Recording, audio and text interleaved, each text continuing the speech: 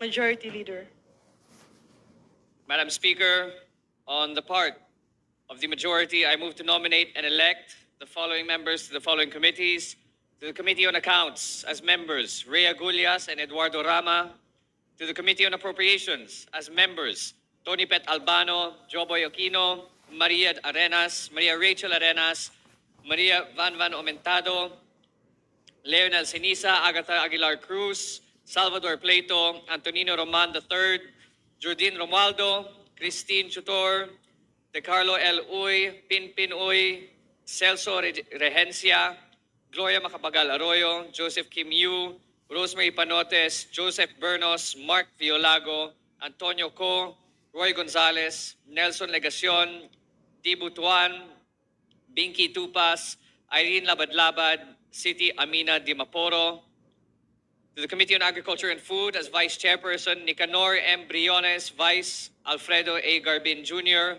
as members, Antonio Tony Pet Albano, Carl Cari, Loreto Amante, Joboy Aquino II, Rachel Arenas, John Cagas, Dale Corvera, Joseph Tan, Christopherson Coco M. Yap, Celso Regencia, Gloria Macapagal Arroyo, Rosemary Panotes, City Amina Dimaporo, Joseph Bernos, Antonio Co, Leonel Sinisa, Agatha Cruz, Antonino Roman III, De Carlo L. Uy, Isabel L. Sagarbaria, Mark Violago, Nelson Negacion, Dibo Estuan, Binky Tupas, Irene Labad-Labad, Alfredo A. Gabin Jr.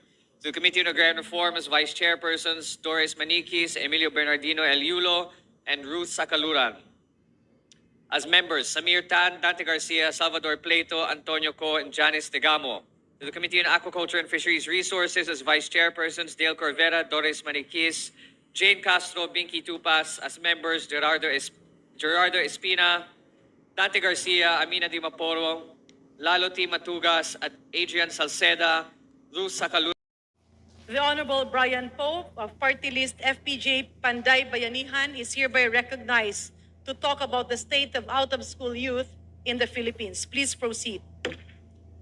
Madam Speaker, distinguished colleagues, esteemed guests, ladies and gentlemen of the House. I rise today to deliver a privileged speech that is not a mere formality, but an urgent call to action, a call that demands our undivided attention and unwavering commitment. It speaks to nothing less than the foundation of our country's future, the state of the Filipino youth. For far too long, the youth have been in the background of the national narrative, whose ideas, dreams, and opinions often seem secondary.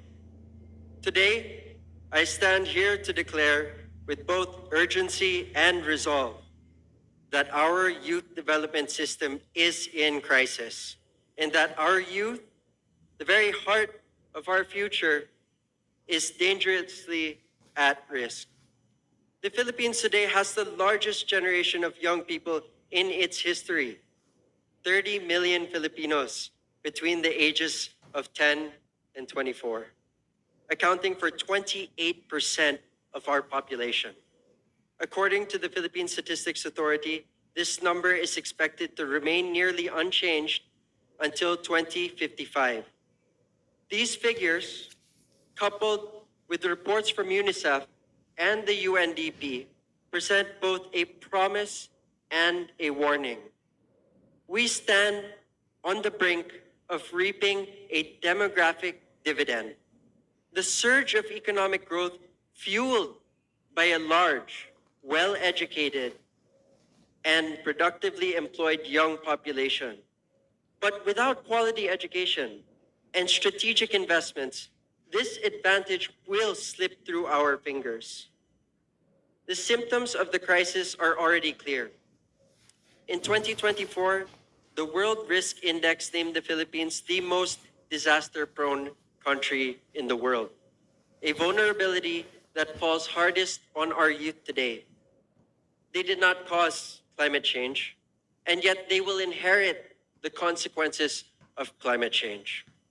Our labor force survey and PSA data from 2022 show that 15.4% of young women and 10.1% of young men aged 15 to 24 do not have an education, are unemployed, and they don't have proper training. For many young women, early marriage remains a formidable barrier. And this formidable barrier hinders their continuing education. While it is encouraging that the portion of women aged 20 to 24 who were married before 18 has fallen from 16.5% in 2017 to just 9.4% in 2022, the fact of the matter is this challenge still remains.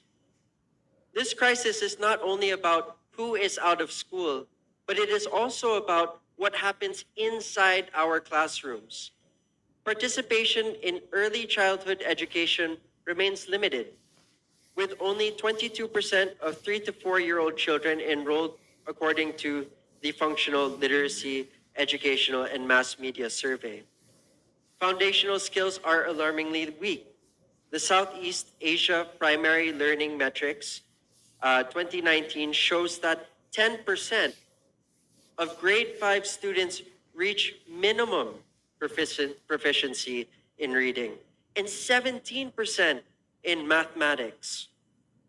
Social and emotional challenges also exist and are widespread, with 65% of Filipino 15-year-olds reporting experiences of bullying a few times each month.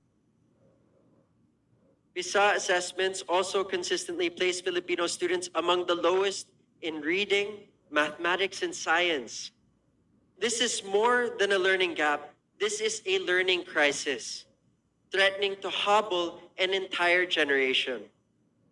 The COVID-19 pandemic made matters worse, as prolonged school closures led to Filipino students losing an estimated 61% of their schooling years.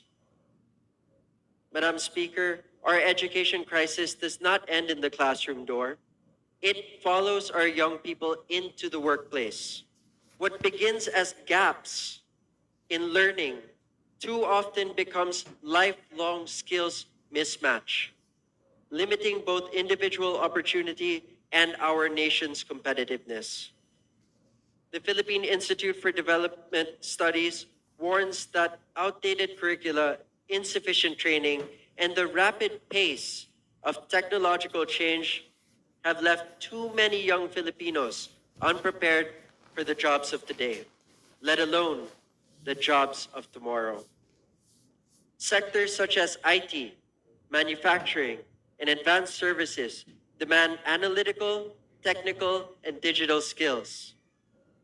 Yet we continue to graduate thousands who have never been given the tools to thrive in these fields. The results are stark. 6 in 10 Filipino workers remain in elementary or agricultural occupations, while nearly 1/3 lack the qualifications for the jobs they already hold.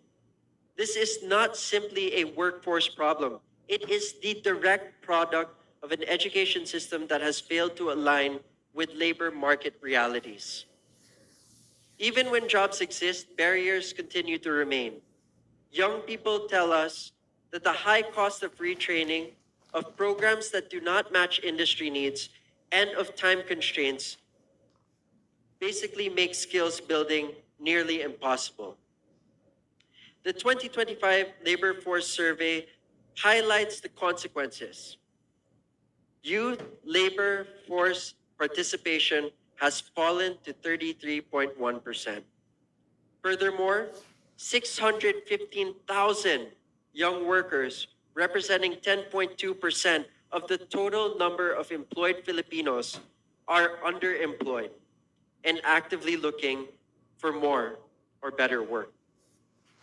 These numbers do not stand apart from the education statistics I have shared. They are the other side of the same coin. Poor foundational education, limited access to training, and mismatched skills form a chain of missed opportunities that begin in childhood and end in adulthood. Unless we act decisively through a national skills development framework, stronger private sector partnerships, and reform technical vocational education, this chain will hold our youth back and drag our economy down, especially as we enter what could be, or is what is seen as, the next industrial revolution. Madam Speaker, education and employment cannot be separated from health. A child who is undernourished, a teenager battling illness, or a young adult with poor mental well-being will struggle to learn, to train, and to work. To deal with these growing needs, my office has committed to strongly conduct congressional oversight in the implementation of health programs for the youth. Beyond this, I have also filed House Bill 2190, the Youth Mental Health Support Act, to create e-guidance counselor programs to provide online mental health consultations for young people and a scholarship program to train new mental health professionals in the Philippines. The 2023 National Nutrition Survey shows some gains in protein and iron intake since 2018-2019, yet major gaps persist in low consumption of fruits, root crops, vitamins A and C, and rising plate waste, and of course, declining breastfeeding. And only a third of households use iodized salt properly. By adolescence, 2 in 10 young adults are already pre-diabetic, and many report poor mental health. These issues tied to nutrition and income insecurity, these health barriers undermine classroom performance and workforce readiness for tomorrow. The DOST FNRI urges stronger nutrition policies, healthier food environments, and a multi-sector action. Without it, we will continue to see children too hungry to learn, youth too sick to work, and a nation too burdened to compete. If education backbone. Madam Speaker, the plight of our out-of-school youth, or OSYs, demands urgent and focused attention. According to the PSA's 2020 census, 1 in every 4 Filipinos aged between 5 to 24 is considered out of school. That is nearly 11 million young people, with around 9 million aged 15 to 24. The pandemic sharply worsened the reality of OSY rates, which have jumped from 16.9% in January 2020 to 25.2% by April 2020, just 1 month into the lockdown. Poverty, early marriage, the need for employment, the lack of personal interest remain the top reasons for dropping out. This is evidence that our system is highly vulnerable to external shocks. Yet there is hope. Studies from the National Youth Commission show 87% of out-of-school youths still intend to complete basic education or training, and many are eager to engage in their communities if they are given the chance.